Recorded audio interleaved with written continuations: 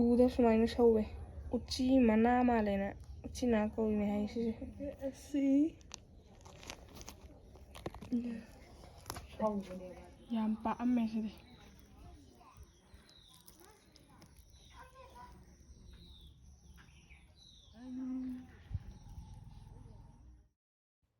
ꯁꯤꯅ ꯎꯆꯤꯅꯥ ꯑꯀꯪꯕꯅꯦ ꯁꯤ ꯑꯍꯤꯡ ꯑꯃ ꯇꯤꯡꯉꯝꯗꯣꯏꯅꯦ ꯍꯌꯦꯡ ꯑꯌꯨꯛ ꯀꯥꯡꯍꯧ ꯉꯧꯅꯕ ꯍꯌꯦꯡꯁꯤ ꯗꯟ ꯂꯥꯎꯔ ꯂꯩꯔꯝꯗꯣꯏꯅꯦ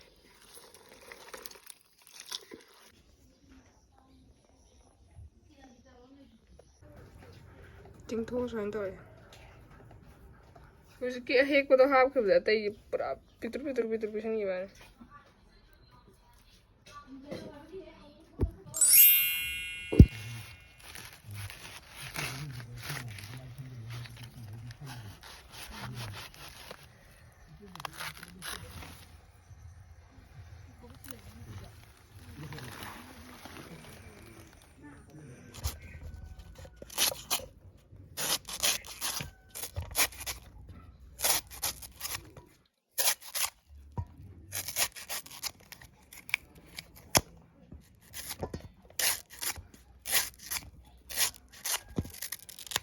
ꯁꯤꯒꯤ ꯃꯌꯥꯏꯁꯦ ꯍꯥꯞꯄꯗꯤ ꯈꯥꯏ ꯍꯥꯏꯌꯦ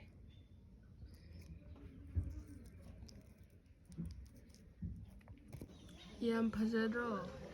ꯆꯥꯕ ꯌꯥꯔꯗꯤ ꯑꯝꯇ ꯂꯩꯔꯔꯣꯏ ꯄꯥꯏꯅꯣ ꯍꯥꯏꯅꯤ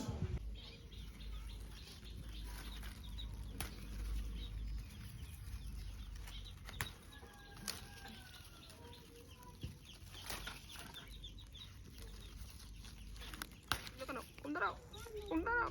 ꯆꯤꯛꯇꯣꯔꯦ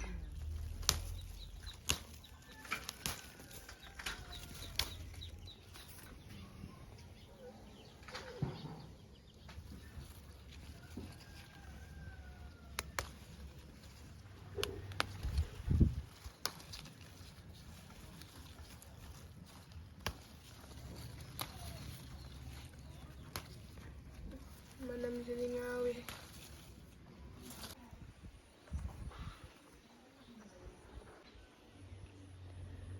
ꯎꯆꯤꯅꯥ ꯇꯤꯜꯍꯧ ꯃꯪꯒꯟ ꯑꯇꯤꯡꯕ ꯃꯣꯔꯣꯛ ꯅꯨꯡꯁꯤꯗꯥꯛ ꯎꯆꯤꯅꯥ ꯀꯥꯡꯍꯧ ꯉꯧꯅꯕ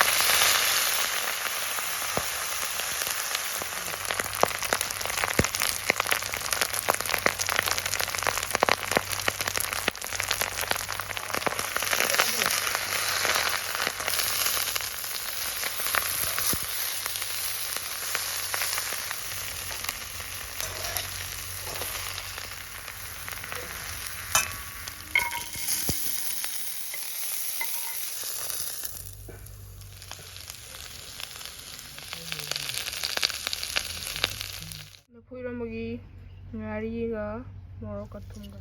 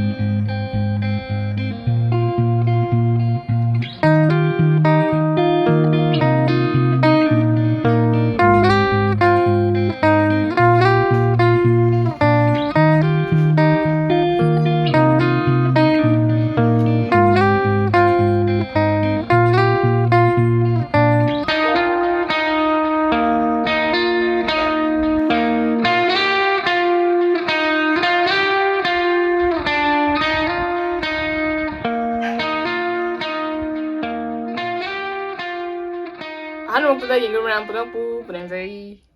ꯉꯁꯤ ꯁ꯭ꯄꯦꯁꯤꯌꯦꯜ ꯑꯣꯏꯅ ꯎꯆꯤꯅꯥ ꯀꯥꯡꯍꯧ ꯎꯆꯤꯅꯥꯒ ꯃꯪꯒꯟꯒ ꯅꯨꯡꯁꯤꯗꯥꯛꯀ ꯉꯧꯕꯅꯦ ꯑꯗꯨꯒ ꯌꯣꯡꯆꯥꯛ ꯈꯔ ꯍꯥꯞꯄꯦ ꯂꯥꯁꯇ ꯈꯤꯇꯪ ꯉꯧꯁꯜꯂꯒ ꯑꯩꯅ ꯁꯤꯁꯦ ꯀꯥꯏꯍꯟꯗꯕꯅꯦ ꯌꯦꯡꯉꯨꯀꯣ ꯑꯗꯨꯒ ꯂꯐꯨ ꯏꯔꯣꯟꯕ ꯑꯃ ꯂꯐꯨꯒ ꯃꯪꯒꯟꯒꯅꯦ ꯁꯤꯁꯨ ꯂꯐꯨꯁꯦ ꯍꯤꯡꯒꯣꯜꯗꯒꯤ ꯌꯥꯟꯖꯔꯨꯔꯒ ꯐ꯭ꯔꯦꯁ ꯑꯣꯏꯅ ꯇꯧꯔꯒ 이런저번에 시나 그노 또닝콕네 또닝콕 잡으세 후지 코로나기 시 인자임도 또닝콕에 마라드기 해나 마나드 해나 야we 하ye 아두나 또닝콕 짱다 하베 팍바이 합자드레 ngasi디 또까비 खरा ताउजरे अदुगा तिलौ द सिना सिंखांगा लेरे अदुगा सिदा तोनिखोक से फई हायमने तोनिखोक त चारदम तोनिखोक से इसिंग मई नुंगाइ तब मिददि नुंगाइते हाय उसिना से डायबिटीज का सी कॉन्स्टिपेशन लेबदे याम फई हाय अदुगा चखाउ से याम फई हाय अदु खमा चखाउ नारी बको अदुगी थोय चाबा हौद्रे सिदा कैनोम खक्तंग गा हाइजरमगे मैम गे मफम द एप अमा पुदन लाक्चरी मदुदी नोस्ट्रा प्रो हाइबसी इंडिया गी स्पोर्ट्स फैंटेसी अमदी स्पोर्ट्स प्रेडिक्शन गेम नि हाइरिबा गेम मसि सानरगा पैसा मयाम तानबे याय हानबा साइन अप तबोदा लुपा चामा बोनस फंगनी अदुगा नोस्ट्रा प्रो 500 हाइबा कोड असि सिजन बिरगा 500 अमा एक्स्ट्रा फंगबिगनी अहान पैसा हापदा 100% कैशबैक फंगबगी खुदोंग चाबसु बिजरी गेम मसि अदोमगी एंड्रॉइड फोन आईफोन नत्रगा कंप्यूटर दा लोइना सानबा यागनी एप असिदा क्रिकेट टेनिस फुटबॉल अमदी बास्केटबॉल न चिंगबा स्पोर्ट्स मखल क्या मयाउरी पैसा तानबा फॉर्मेट अनि लई अहानबदा पिक्स फॉर्मेट असिदा अखनबा क्वेश्चन खर हंगकनी अदुदा अदोमना ऑप्शन चूज तौबीगदबनी हलिबा ऑप्शन अदु चुंबा तारगदी पॉइंट्स कारगा पैसा फंगनी अनि सुबदा ड्रीम टीम हाइबसिदना अदोमना बेस्ट प्लेयर ट्रामा थोय खनबिरगा अदोमना खलिबा प्लेयर ट्रामा थोय दुगी परफॉर्मेंस तो येंगा पॉइंट्स कारगा अदुसु पैसा फंगनी अदोमना गेम मसि सानरगा स्पोर्ट्स प्रेडिक्ट तौरगा फंगबिबा पैसा अदु यामना लाइना पेटीएम अमदी बैंक अकाउंट की खुथांगदा लौथोकपा यागनी download now and earn money link in description अदुदी चाबा होरसे इरोमबजे हाना कोथजरगे मनमजे हुई लफूजिदी चाबा मसा याम कल्ले फाइबर्स समूना मसा कल्ले लफू चाबाइने साक्से कुमादा याम हाप्तबिदि यामन्नो माललु हारमने एकता मार एकता पैरगा हाप्ले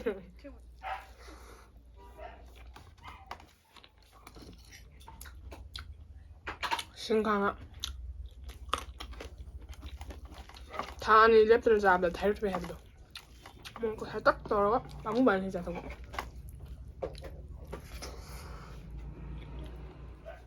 용자 나 불러 먹 용자가 짜리잖아 잘 와 용자 시장 짜도 먹고 입이랑 게 하르칩 다음에 시작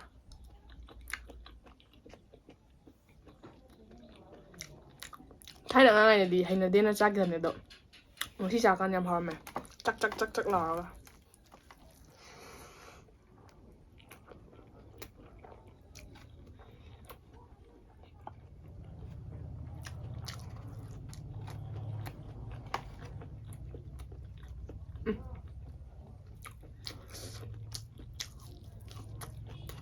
ngon rồi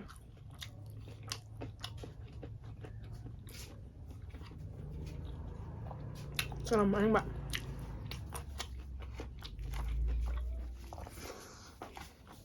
vào à?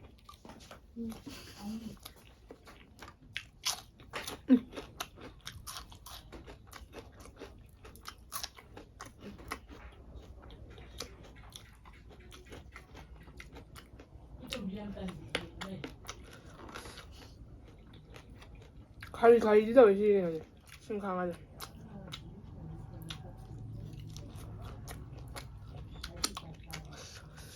저는 걱정만 하면 혹시 하고.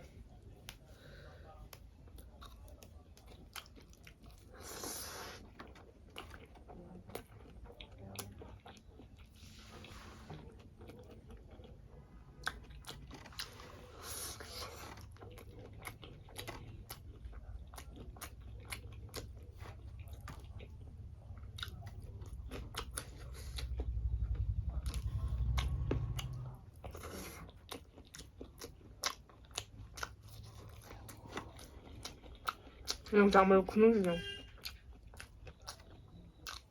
뭔가 연장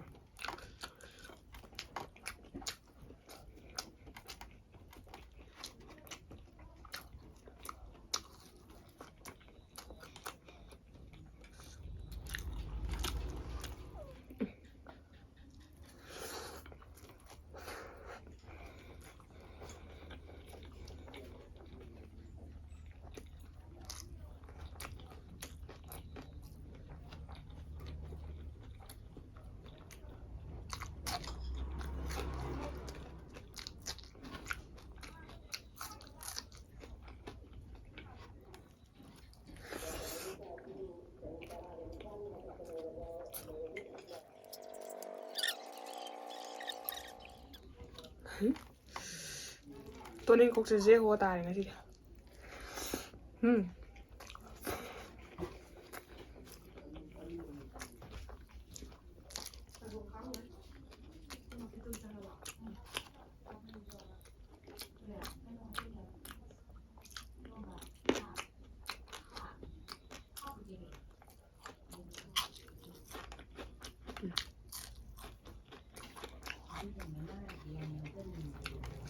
잘해.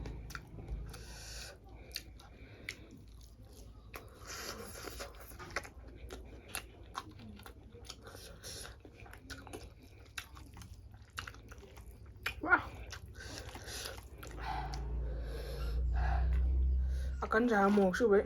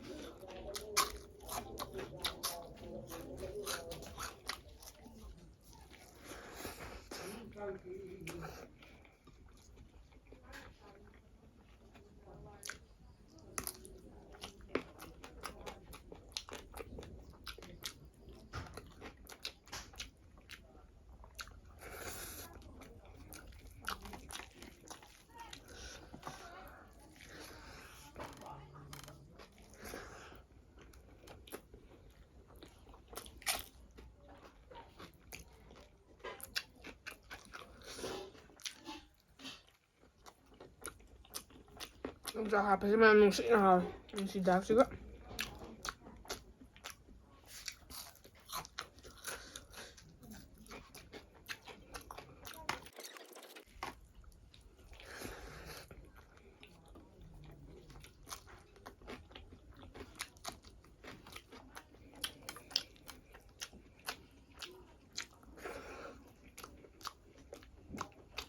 Còn ngủ dậy ngủ giờ mình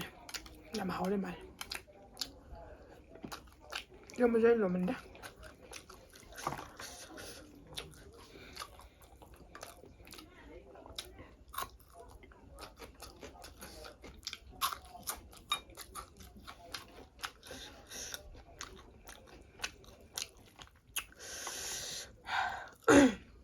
Sáng hôm qua nhà mana thì cái lều bên nhà xuân.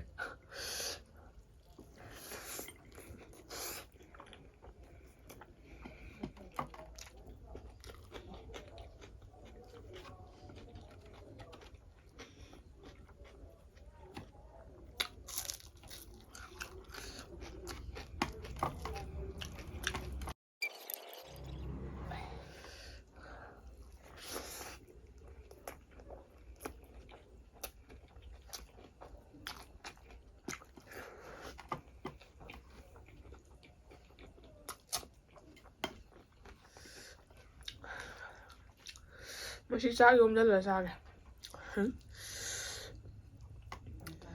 Kayak mali, kayak man jalan tuh deh.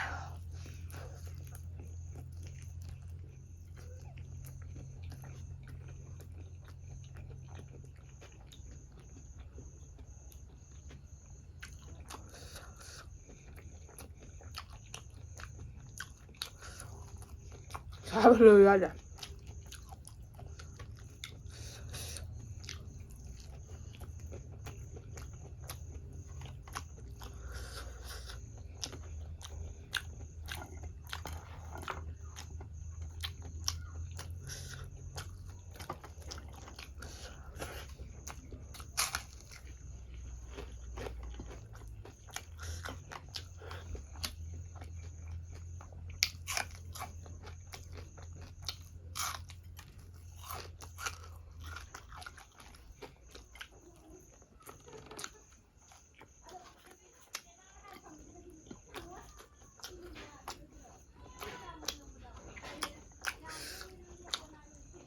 우진아 살바간